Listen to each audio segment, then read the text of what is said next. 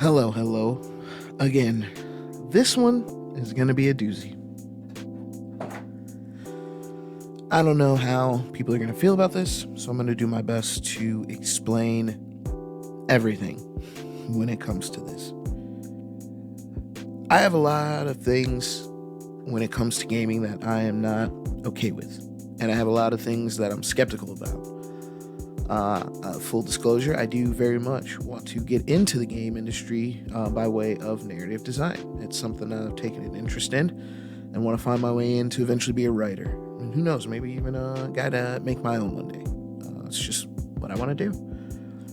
With that said, I don't want to just shit on games. I'll be passionate about games, but I don't want to be that guy.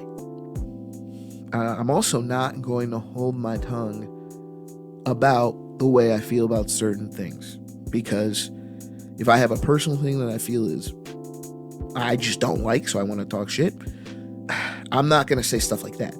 But when I have something that I feel as a consumer should be kind of shown to people so that they can observe for themselves, I think that's important.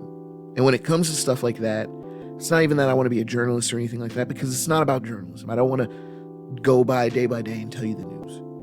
What I want to do personally is I want to help people maybe think a little bit more about their purchases, because our purchases as consumers, the way we use our money, is the way this industry will be constructed. You know, this industry revolves around our spending habits, and there just seems to be too much. It's gonna sound fucking lame, but there's just too much positivity around unproven things. And it's not to say that you can't be excited about stuff, because I'm excited all the time. Seafood just came out. I'm super excited about that. Been excited day one. No one could tell me shit, but it was because I had seen so much gameplay, seen so much transparency from the developers, that I kind of knew what they were going for. I knew what I was in for. And even past that, I've now waited till reviews have come out. The reviews are all great.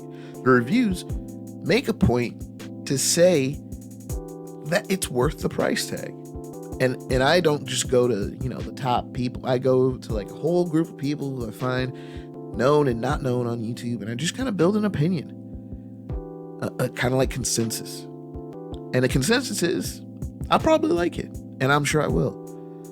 I'm still actually waiting. I'll probably get it soon, but I'm hoping maybe I can find a deal, because I still feel like 40 is a lot for it, but fuck it. I want to support a developer that is making a game like this, that is transparent, that is doing stuff like that. So I'll probably end up buying it soon regardless. And hats off to them for making a game that seems to have lived up to the hype, honestly.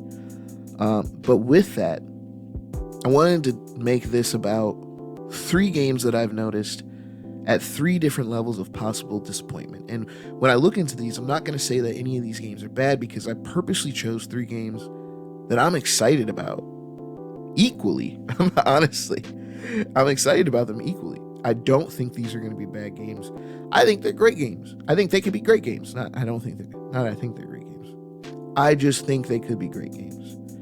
But I do think that each one of them show a different level of possible disappointment. And I think it's okay to be skeptical when looking at games like this, because there are warning signs that clearly have shown to lead to real serious disappointment. And so I'm going to pick on 3 games at different levels.